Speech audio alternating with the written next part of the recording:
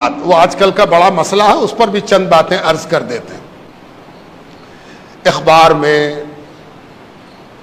Electronic media میں، social media پر ایک بات بہت گشت کر رہی ہے کہ سرکار یونیفارم سول کوڈ کی بات کر رہی ہے۔ یونیفارم سول کوڈ یہ کیا چیز ہے بھائی؟ مسلمان کے بہت بڑے طبقے میں ایک پریشانی اور ہیجان لوگوں نے پیدا کر دیا کہ ہے کیا ہوگا، کیسے ہوگا؟ تو پہلے تو یہ سمجھنا چاہیے کہ جو لوگ یہ سب کام آج کل کر رہے ہیں وہ اپنے دیش کے لیے بہت ایماندار نہیں ہیں، بڑی ایمانداری اور سچائی کے ساتھ یہ کام نہیں ہو رہا ہے۔ آج کل جو بھی کام دیش میں کیا جاتا ہے وہ صرف اور صرف راجنیتک لابھ لینے کے لیے کیا جاتا ہے، سیاسی فائدہ۔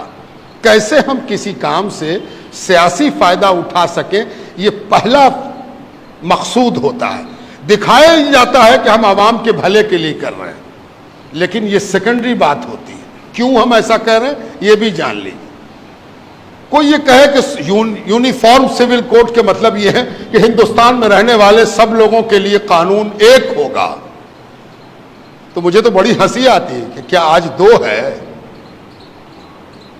ہم مقدمہ کریں گے تو میرا کوٹ الگ ہے، کوئی غیر مسلم ہم پر مقدمہ کرے گا تو اس کا کوٹ الگ ہے، مسلمان کے لیے قانون الگ ہے، ہندو کے لیے قانون الگ ہے، عیسائی کے لیے قانون الگ ہے۔ کیا بات کر رہے ہو بھائی؟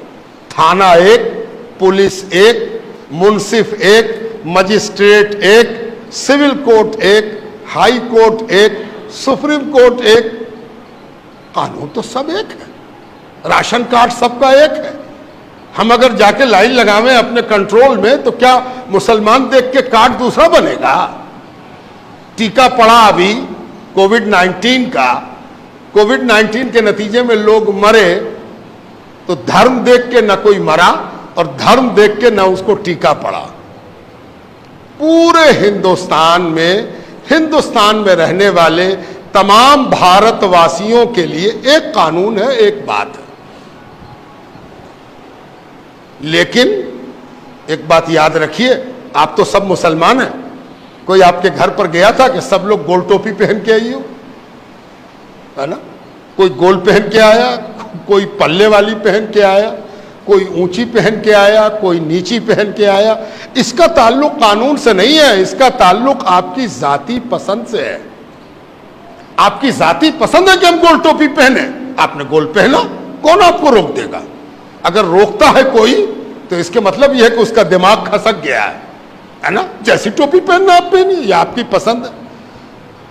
یہ ہنگامہ مچا دینا کہ یونیفارم سول کوڈ یہ ایسا ہے کہ سب کو ایک کر دیا جائے گا، یہ دراصل دو مقصد سے کیا گیا۔ اس مقصد کو جان لیجیے۔ پہلا مقصد یہ ہے کہ آپ بے چین ہو جائیے، گھبرا جائیے، کیا ہوگا، کیسے ہوگا، کیا کریں بھائی، بولو جلدی سے ہم کیا کریں۔ تو کچھ لوگ لگ جائیں گے کہ ایسے موبائل پر میسج کرو، ایسے فلانا کرو، یہاں پر جمع ہو جاؤ، یہاں پر لیٹ جاؤ، یہاں پر کھڑے ہو جاؤ، یہاں پر یہ بولو۔ یہ سب پریشان کرنے کی ایک صورت ہے۔ دوسرا مقصد کیا ہے؟ کسی کو خوش کیا جائے کہ ان لوگوں کو بہت کچھ مل رہا تھا، ہم ہی ہیں جو ان کا کاٹ رہے ہیں، ہم ہی ہیں جو ان کو ہم بے چین کیے ہوئے ہیں، ان کو ہم پریشان کیے ہوئے ہیں، ان کو پریشان کرنے والے ہم ہی نہ ہیں۔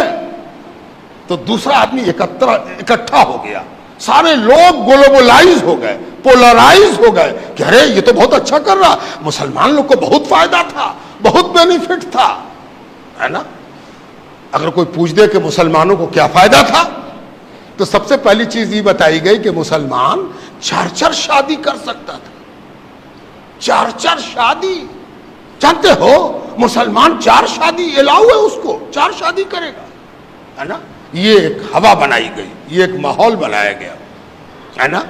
اور اس ماحول میں کبھی بھی سچائی سے واسطہ نہیں پڑا کہ یہاں پر ہزاروں مسلمان جمع ہیں، ذرا پوچھ تو دیجئے کہ کتنے آدمی نے 4 شادی کیا ہے، کتنے نے 2 شادی کیا ہے۔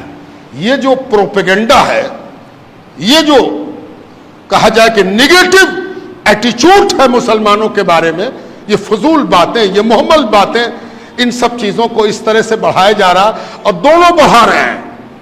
قانون لانے والا کہہ رہا ہے کہ ہم 4 شادی تو کرے نہیں دیں گے، اور ادھر سے بھی ایک گروپ کھڑا ہوگا کہ نہیں کہے کرے دو گے ہم کو، یہ تو میرا حق ہے، ہم کر کے رہیں گے۔ آپ بڑے بیدار مغز، سمجھدار، جانکار لوگ ہیں، ہم آپ کو بڑی سنجیدگی کے ساتھ یہ باتیں سمجھا رہے ہیں۔ یہ ایک بات یاد رکھیے اور بات ختم، وقت نہیں ہے، وقت زیادہ ہوا چاہتا ہے، گرمی بھی شدید ہے، اللہ تعالیٰ مہربانی فرمائے۔ ایک چیز ہمیشہ یاد رکھیے کہ جب بھی کسی چیز پر آپ ریئیکٹ کرتے ہیں، رد عمل آپ کا آتا ہے، کسی عمل کے نتیجے میں آپ رد عمل کرتے ہیں، کسی ایکشن کے نتیجے میں آپ اپنا ایکشن دکھاتے ہیں، ہے نا؟ تو ہمیشہ اس بات کا خیال رکھیے کہ اس کے پروگرام کا حصہ مت بنیے، جو وہ چاہتا ہے وہ مقام مت کیجیے۔ اس نے کچھ سوچ کے ایکشن لیا ہے، اس نے کچھ سوچ کے ہی فتنہ چھوڑا ہے، اس نے کچھ سوچ کے فلیتا لگایا ہے۔ کہیں ایسا نہ ہو کہ وہ جو سوچ کے کام کیا ہے اسی کام میں ہم لگ جائیں اور وہ ہنس کے کہے ہم تو جانتے تھے کہ یہ ہوگا۔